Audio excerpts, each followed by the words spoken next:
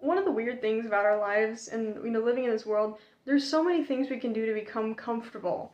So many ways we can seek comfort. We can do things, like we get a soft chair, we get nice, comfy clothes, we do things we like, we get like a nice cup of tea. I'm not saying that kind of stuff is bad, but what I'm saying is there's so many ways that our society and the world we're living in is for ease and comfort, and we're trying to get more towards that. Let's make things more simple, let's make things more accessible, we're making things just more streamlined. But one of the temptations we have when we can fall into in that is just to become relaxed in our walk with God also. Relaxed in our lives, relaxed without motivation or passions. And I think that's a big problem in society sometimes, where people can be just like, kind of flowing with their lives. They're just kind of, woo, they're just, and I do that too. I used to be a lot like that when I was younger. Even though I said I had, dreams and aspirations and I was passionate about art, what was I doing to get closer to that goal? In reality, a lot of us can have goals, we can have dreams, but what are we doing to make it happen?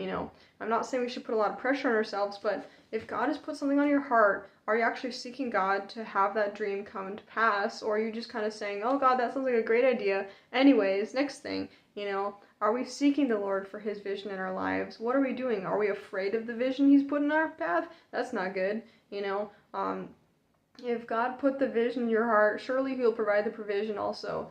Sometimes there are parts to that where it requires us to step into that and do things that he's asking us to do. So it's not just like waiting for money to fall on our laps, but it's like, what are we doing to be part of God's plan for us? What is God calling us to do? Maybe he wants you to make an investment. Maybe he's calling you to take that job offer, and that's the way the provision is going to come.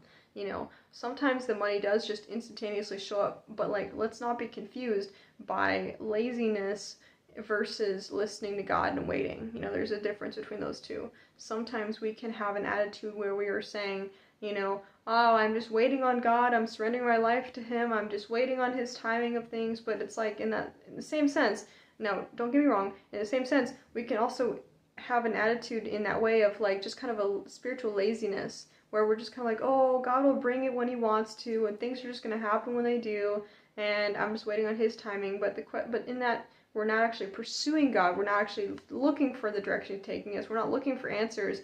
We're just kind of passively waiting for things to happen, like flowing in the river.